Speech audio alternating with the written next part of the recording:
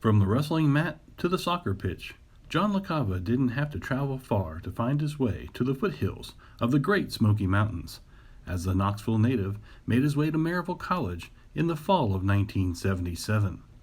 LaCava, an accomplished wrestler at Halls High School, knew Maryville College was where he wanted to go to college after attending several wrestling camps in the Scott's Gymnasium. LaCava grew up in Powell, Tennessee, attending Halls High School. He was a two-time All-State wrestler, helping the Red Devils to become the first Knoxville area squad to finish within the top 3 at the state tournament level. That caught the attention of Maryville College wrestling coach and Wall of Famer Don Alia, who had led the Scots to a top 10 finish at the Division III National Tournament. Alia recruited LaCava to join the Orange and Garnet, and in the early recruiting, John got a chance to work out with Bob Valentine and Wall of Fame members Wayne Dunn and Ed Davalos. Those early workouts paved the way for LaCava to begin his Maryville College career in the fall of 1977, but under a new head coach.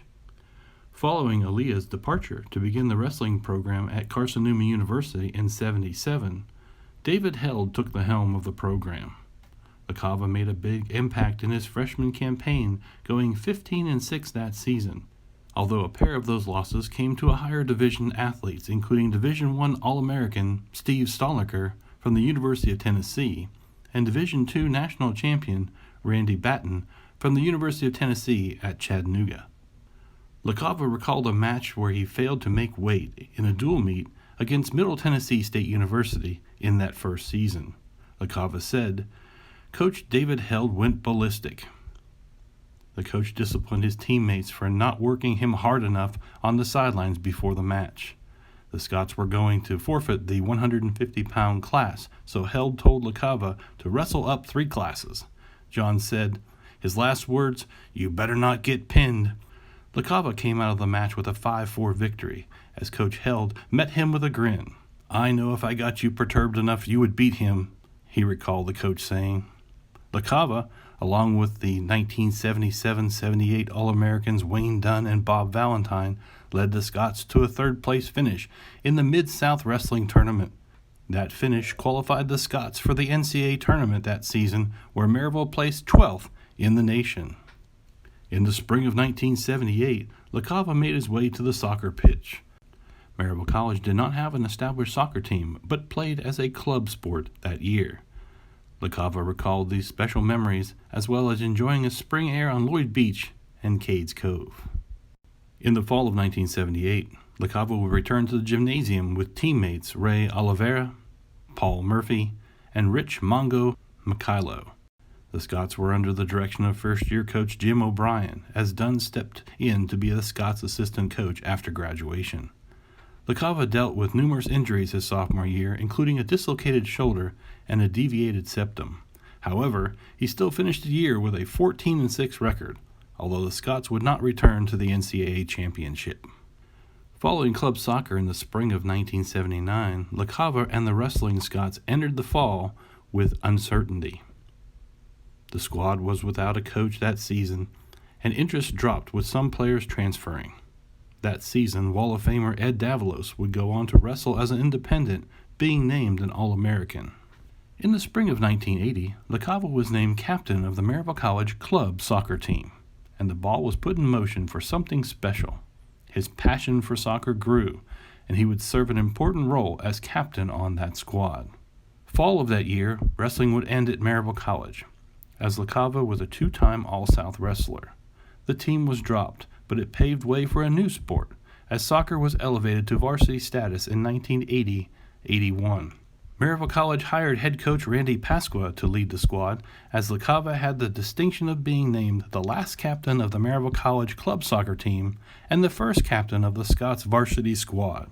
Maryville went 2-9-1 in that first collegiate soccer season, as the Scots held key wins over the Blount County Booters 2-1, Bryan College 4-1.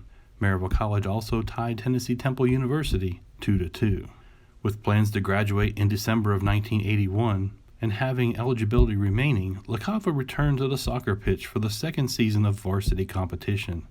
He was again named captain, helping first-year head coach Mike Sabatel to a 3-8 record. That year was also special, as it was the first season the Scots played within a conference, as Maryville was a member of the Old Dominion Athletic Conference. The Orange and Garnet took a pair of wins over Milligan College, the first 3-2 in overtime, before knocking them off 9-1 later in the season. To wrap up the year, Maryville College downed Tennessee Tech University 4-1.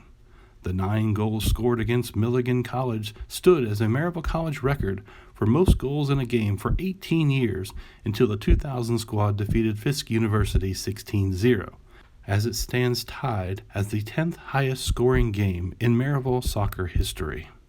Upon graduation, LaCava said as an average Maryville College student, he was very prepared for graduate school.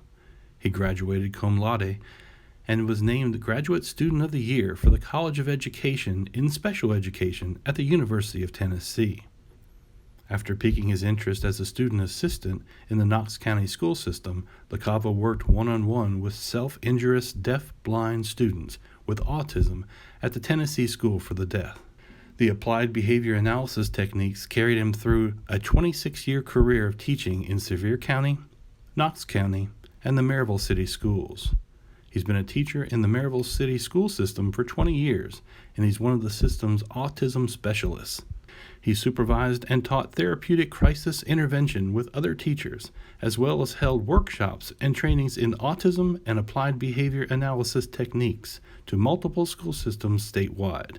He plans to retire at the end of the 2020-21 school year. He is married to his collegiate sweetheart, Carol Carter LaCava, and they have 2 boys, Alex and Carter. LaCava's call to the soccer pitch was still a strong one, as he was an assistant coach at Sevier County and South Doyle High Schools before becoming the head coach at Farragut High School in 1991. He led the Admirals to 3 regional championships, 2 Final Four appearances, and compiled an amazing 48-13-1 record in 3 seasons. LaCava returned to join the Maryville College squad in 1993 as a volunteer assistant coach. He's assisted the Scots for the past 27 years. Well, John LaCava means everything to the Maryville College soccer program. You know, he had my job before I started, and he was a great asset to me when I came in, and just I see every day that what he means to our student athletes and how much he's dedicated to the program. He does a hard day's work over at John Sevier every day and still comes over here and does his best for the program and goes the extra mile for us kids, and they really appreciate him and what an asset he is to the program.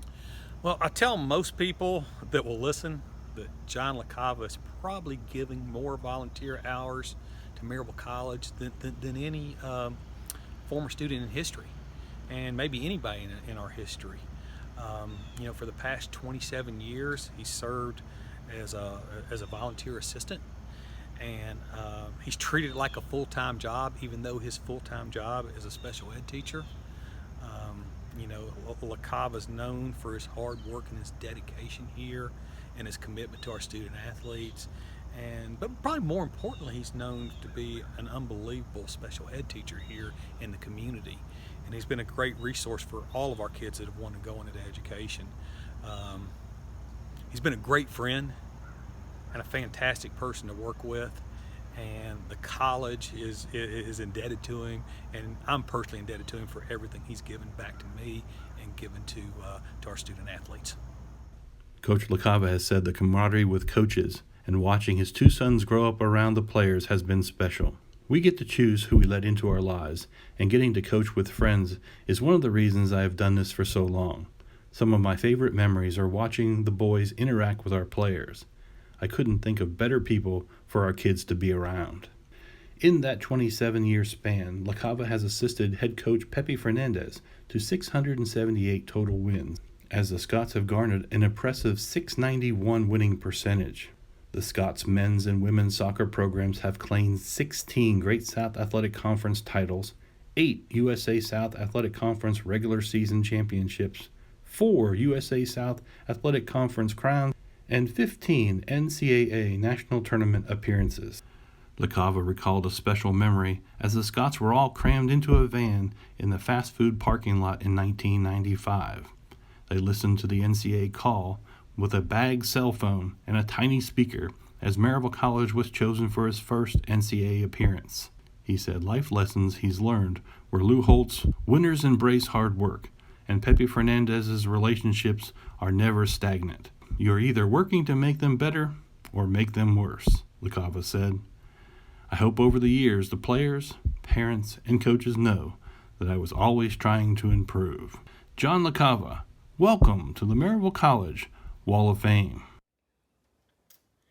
This is a great honor, and I'd like to really thank the Maryville College Wall of Fame Committee.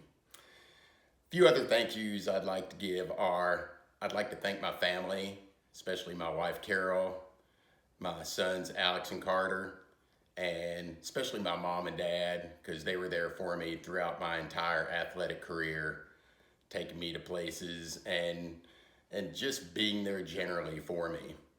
I'd also like to thank the coaches that I coach with, Pepe Fernandez, John Baker, Hemant Sharma, and I'd really like to thank the kids, the athletes that I've coached over the years that have taught me as much as I've been there for them. And I'd really like to thank Maryville College, because Maryville College has been a huge part of my life since I've been 17 years old.